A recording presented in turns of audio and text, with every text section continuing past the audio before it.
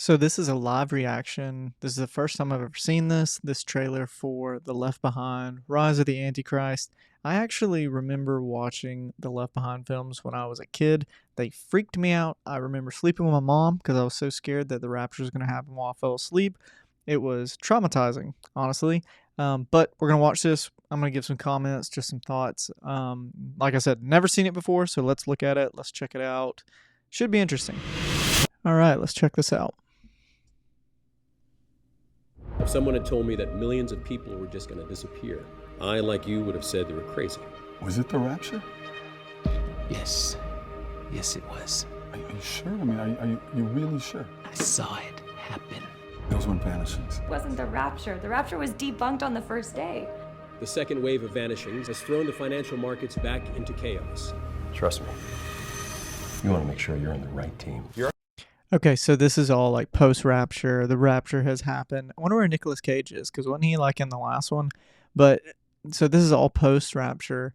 The rapture's been debunked, which I think might be a little bit of them kind of like pushing against the agenda that the rapture isn't biblical. But I know that what she references is within the storyline of the movie, which will, I guess, carry on into like how they fight against the Antichrist or however that works. Teaching him the art of fake news? I just wish I could see it fake one more news. time. Why are you still here? Because I asked God to leave me behind. We don't need God left you behind because you asked. Good to know. to look for magic. They're not a bunch of religious wackos. Wackos like my mom. Fortunately, we have a solution. We can implement Eat and Pay worldwide in a matter of weeks. Welcome to the future. I gotta look inside the Eat and Pay platform, and it's a whole lot more than a glorified bank card. Wait. So the premise is that they're going to take a bank card and take over the world with it, or the Antichrist is, and they're going to fight against this Eden bank card platform. Okay. So you're just admitting to being crazy. Yes, I'm quite comfortable with that. When it is all over, half the world will be dead. This is the Oh my gosh. So this is the thing about like dealing with the rapture, dealing with this kind of theology is when you frighten people or freak them out to a certain point, you know, you can kind of manipulate them to believe certain things. And so this video is like, hey, you don't want to be left behind because you're going to be killed by the Antichrist or whatever government that is going to be in place under him. And so it kind of stirs up this fear. And so if you believe in this kind of theology, I think that it can manipulate you into maybe thinking about, you know, God or like life or what it means to be a Christian in a very different way than I think what the scriptures write about. And I think, you know, you could do a whole nother video, and there I'm going to give some resources in the description, but there's a lot of different viewpoints against the rapture and this kind of end times theology. biggest news story since the vanishings. You listen to me. You drag this line of nonsense into the public eye. We're both finished. Now I'm more like an actor. The Antichrist will declare himself as God. Seemed like a stretch even for them. How do we know who we can trust? Trust God. The world is suffering. We are on the brink of mass insanity. What happens to the rest of us? Doesn't it seem strange that it's still so easy to dismiss it, even though we saw it with our own eyes? Okay, so that is the premise of the movie, Left Behind, Rise of the Antichrist. Honestly, not that out there. Really interesting. So here's some things that I think about when I see videos like this. One thing I kind of mentioned a second ago is this idea of like, if you can draw up and stir up fear, you can kind of manipulate people to believe certain things. And I'm not saying that that's intentional, because I think people truly that genuinely believe in this simply don't want people to suffer the consequences of what would happen if this theology is to be true. On the flip side of that, there's also what we have going on here is, I think, misinterpretation of passages, specifically Revelation. You have passages in Daniel, and some of the prophets. And so what happens has happened over time is we have added a lot of different things to end times theology over the course of time, and they become canon or they become true, right? So like when the first Left Behind movies came out, they freaked me out, and then I come to find out later that a lot of those things are not necessarily true.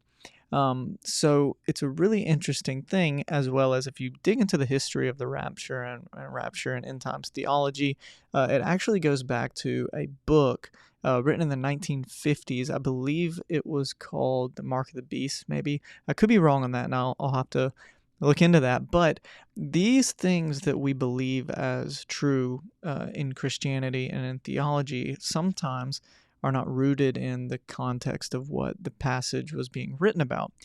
Some people that do some really good jobs of like kind of explaining some of the end time stuff. You can look into the Bible Project. You can just Google it. Wikipedia does a good job of explaining the different viewpoints and how those things developed. And I think that that's really, really important for you because I think what can happen is we can see a trailer like this or see a movie like this, and what it does is it makes us fearful and we don't think, or we're not critically thinking. And so for me personally, I don't believe in this kind of theology when it comes to like the end times and the Antichrist and this kind of like narrative that's created of like an action movie. And that's all that these are. They're action movies and they're scripts that are written to get people to watch them, and it has to be entertaining. And I actually think this movie got a really horrible review on Rotten Tomatoes. So it's probably not even that good of a film, even though it's completely fabricated to support a theology, right? So the thing that we should do when we read the scriptures and read about end times is ask the questions of like, what kind of literature is this? What kind of passage of the Bible is this? Is this allegory? Is this poetry? Is this using imagery to represent something that would have been known to the authors in their context, right? So what was the author of Revelation thinking? What was he referring to when he wrote this? What were they writing about in Daniel? What were they referring to there? So when we think about these kinds of things, it's very vital that we understand context. And I'm not saying that that context doesn't translate to something today, but I think you have to have a starting point there before we can understand what the theology that derives out of that. So when you see things like this, when you watch trailers like this, it can be easy to think that this is like just common and true, but there's a lot of different viewpoints. And I'm not telling you what you should believe. I'm telling you that you should, maybe when you see a movie like this or see a trailer like this, ask the question of, okay, well, what is this really about? Where can I find more information about this? So I would encourage you not to just to watch this, but to also look into it a little more and ask hard questions when you read the scriptures, because it's a very complicated book, and it's more than just like this magical book that we can interpret and make it mean whatever we want it to. There are intentional meanings behind the Bible that you read today, and the authors worked really hard to pass that meaning down to many others. So check out this film, I guess, and maybe see what you think, and then don't take it as truth just because you watched it and it maybe scared you, because that's what I did when I watched the first ones. This, in my opinion, is a little absurd as a film, and I think it's kind of like not really helpful. So things that can be helpful, read more about it. Wikipedia, I know people hate on Wikipedia, but there's some good stuff on there. You can go to the footnotes at the bottom of every Wikipedia page and find more information. The Bible Project does a good job, and there are many books, and I'll look up some and put them in the description down in the bottom. If you like this video and you want to see more stuff of reaction and just thoughts, go ahead and hit the like and subscribe button. We really appreciate any support for Rethinking Christianity. And with all that being said, I am Blake.